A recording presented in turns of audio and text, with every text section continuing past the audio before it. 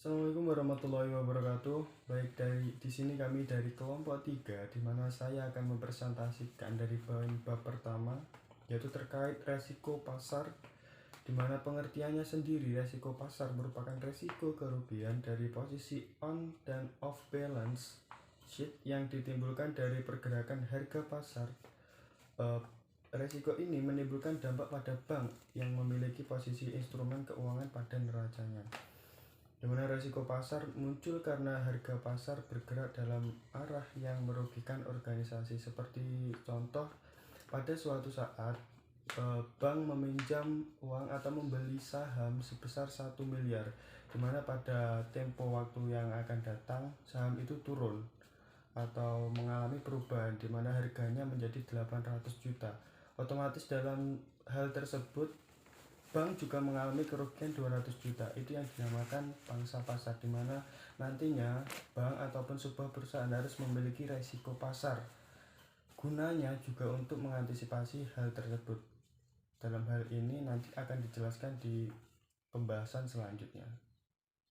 Untuk materi yang kedua yaitu bentuk-bentuk resiko pasar. Secara umum, resiko pasar dikelompokkan menjadi dua, yaitu yang pertama risiko spesifik atau specific market risk, dan yang kedua risiko pasar secara umum atau general market risk. Yang pertama, risiko spesifik adalah risiko yang terjadi akibat faktor risiko perusahaan itu sendiri. Dengan kata lain, risiko spesifik hanya dialami oleh beberapa sektor atau beberapa bisnis saja, tidak bersifat menyeluruh. Sebagai contohnya yaitu isu yang menghampiri suatu bisnis atau suatu perusahaan tertentu dapat menimbulkan persepsi positif maupun negatif. Jika isu tersebut memberikan dampak negatif berupa kerugian bagi bisnis atau perusahaan, maka isu tersebut dapat dipandang sebagai risiko spesifik bagi perusahaan itu. Yang kedua yaitu risiko pasar secara umum. Berbeda halnya dengan risiko spesifik yang hanya dialami oleh beberapa perusahaan atau bisnis tertentu, risiko pasar secara umum memiliki dampak yang cukup besar, di mana pengaruhnya dapat dirasakan oleh beberapa sektor bisnis. Sebagai contohnya yaitu kebijakan Bank Sentral atau Bank Indonesia yang menaikkan tingkat suku bunga.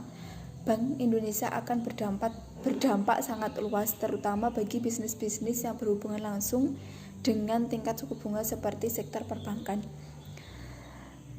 Adanya kenaikan tingkat suku bunga akan direspon dengan kebijakan yang sama dari sektor perbankan, yaitu menaikkan tingkat suku bunga kredit. Di sisi lain, kebijakan Bank Indonesia ini dapat saja mempengaruhi pilihan iklim investasi sektor-sektor lainnya secara keseluruhan. Selanjutnya, kategori yang termasuk resiko pasar umum. Umumnya, resiko pasar merupakan resiko tingkat tinggi, bahkan krisis. Resiko pasar merupakan kondisi yang dialami oleh suatu perusahaan yang disebabkan oleh perusahaan, kondisi dan situasi pasar luar, dan kondisi sebuah perusahaan. Terdapat beberapa faktor yang memiliki pengaruh terhadap resiko pasar, yaitu nilai tukar, suku bunga, harga saham, dan harga komoditas. Lalu juga ada kondisi dan situasi pasar dengan berbagai stabilitas dan instabilitas, namun memberikan pengaruh pada kontinuitas dan profit perusahaan.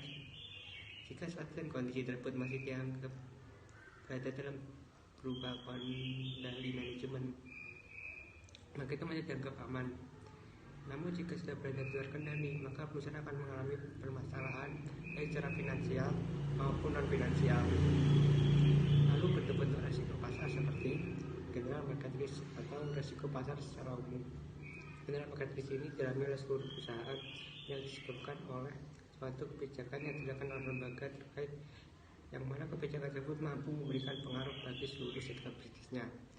Lalu yang kedua ada specific market risk atau risiko pasar secara spesifik.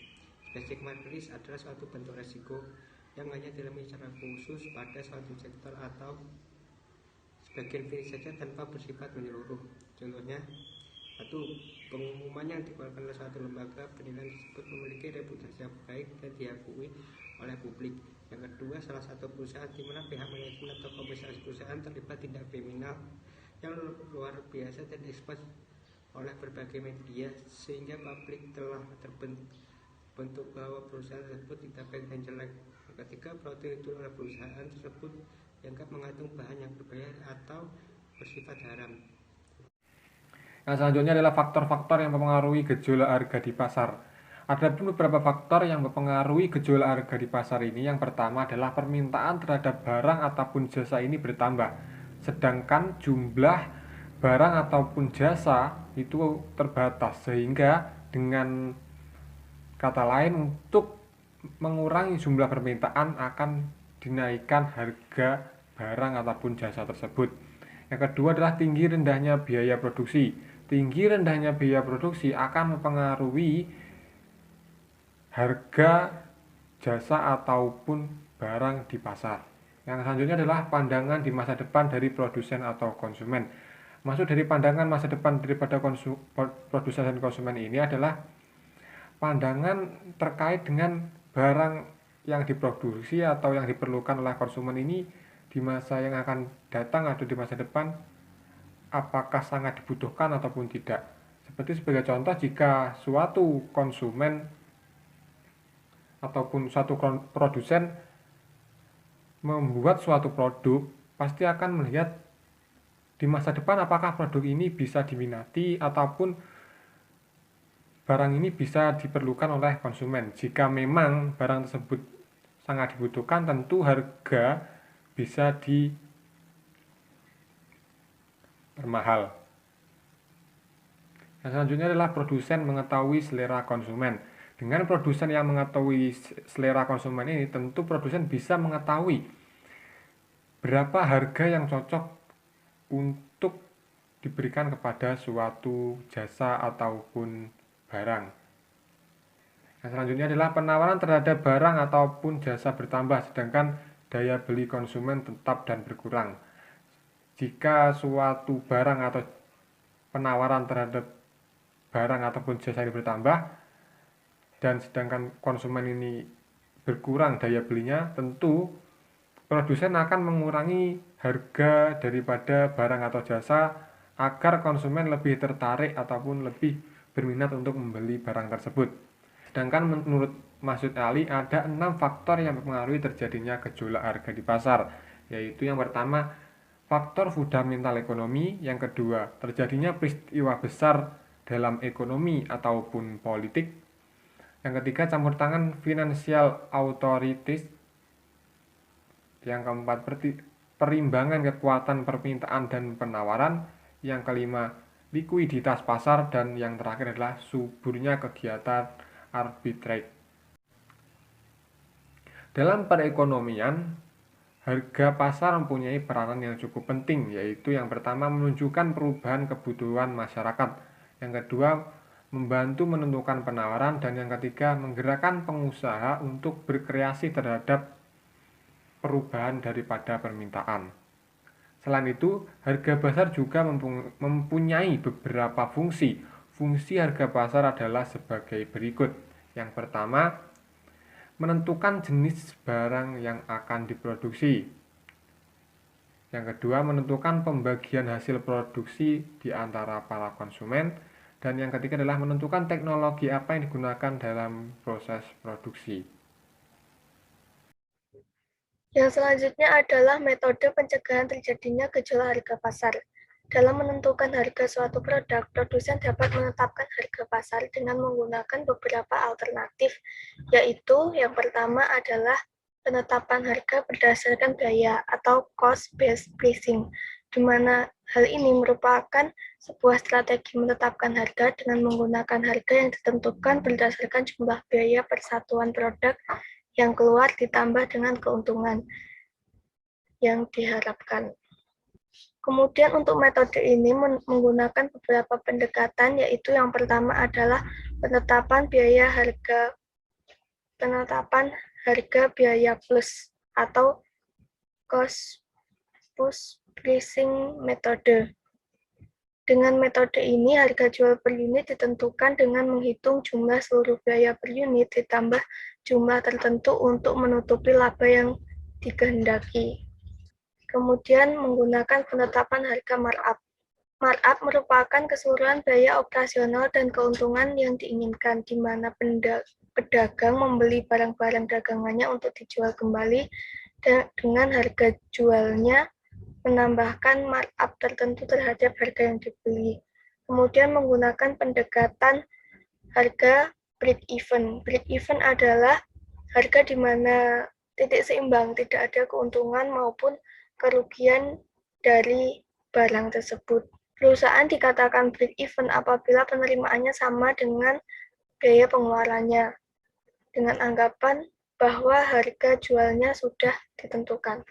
Kemudian metode yang kedua yaitu penetapan harga berdasarkan harga kompetitor. Ini persaingan harga antar perusahaan. Biasanya cocok digunakan dengan kondisi pasar oligopoli, di mana pasar memberikan penawaran terhadap satu jenis barang dan hanya dikuasai oleh beberapa perusahaan, sekitar lebih dari 2 tapi kurang dari 10. Biasanya penerapan strateginya dengan menggunakan harga jual untuk mensiasati pesaing. Misalnya mematok harga lebih rendah daripada harga pasar untuk meraih pangsa pasar. Kemudian yang ketiga adalah pendekatan harga berdasarkan permintaan atau demand-based pricing, di mana analisanya konsumen diminta untuk memberikan pernyataan konsumen merasa harganya murah, terlalu murah, atau terasa mahal, atau terlalu mahal. Itu dikaitkan dengan kualitas yang diterima. Pada saat konsumen melakukan evaluasi dan penilaian terhadap harga dari suatu produk, sangat dipengaruhi oleh perilaku konsumen sendiri. Mengingat perilaku konsumen menurut Kotler dipengaruhi 4 aspek, yaitu aspek budaya, sosial, personal. Personal ini berupa umur, kerjaan, kemudian kondisi ekonomi seseorang, serta kondisi psikologis yang mencakup motivasi, persepsi, dan kepercayaan. Dengan demikian, penilaian terhadap harga produk dikatakan mahal murah atau biasa saja itu karena tindakan tidak sama bagi setiap individu, tergantung dari persepsi individu dan latar belakangnya. Sekian presentasi dari kelompok kami. Terima kasih. Banyak kurang lebihnya kami mohon maaf. Assalamualaikum warahmatullahi wabarakatuh.